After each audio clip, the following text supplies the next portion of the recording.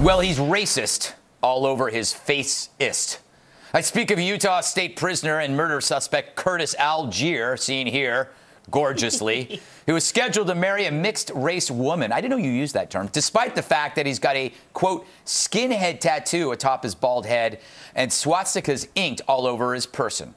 Erica Herrera defended her Führer-friendly fiancé, Bill, I knew you wrote that, who's been charged with shooting a prison guard after already being incarcerated over a slew of felonies. Explains the half-Hispanic, half-Hawaiian, and all-love scamp to the local media, quote, "That's obviously not what he is if he's marrying someone that is of a different background than he is." Truly, she's the real hero in this story. Anyway, it begs the question, what does this mean for feline-frog relations?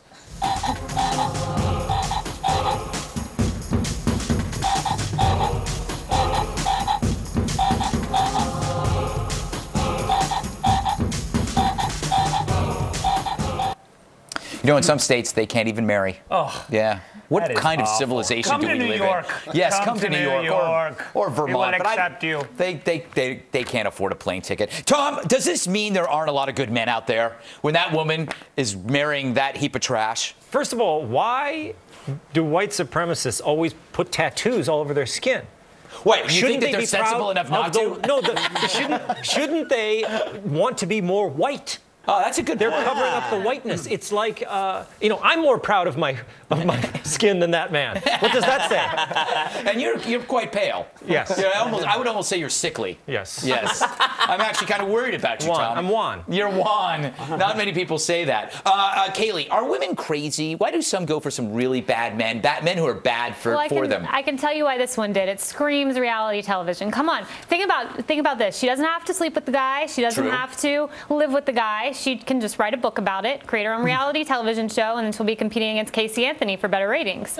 Interesting point, It's man. a perfect marriage if you think about it. For him, too, he gets 3 square meals a day. Yeah. He has his own room. He doesn't have to nagging. He can watch whatever he wants on television. Gets to hit the gym every day. Yeah. This guy's living a perfect life. But what blows my mind, but this is the crazy thing. Yeah. He's been engaged twice on death row. It's incredible. Wait, Bill can't even get a girlfriend. This know. guy's been engaged twice on death row. Look at him.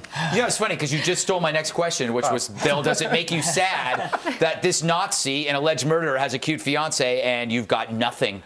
I don't think I'm so shabby, and I've written him so many letters, Greg. You have. He's not answered one. Yeah. And then I found out you couldn't do conjugal visits, so screw him. Yeah. And not literally. Yes, I saw that one coming over the mountain. He won't see me come, I'll tell you that much. All right, Bill.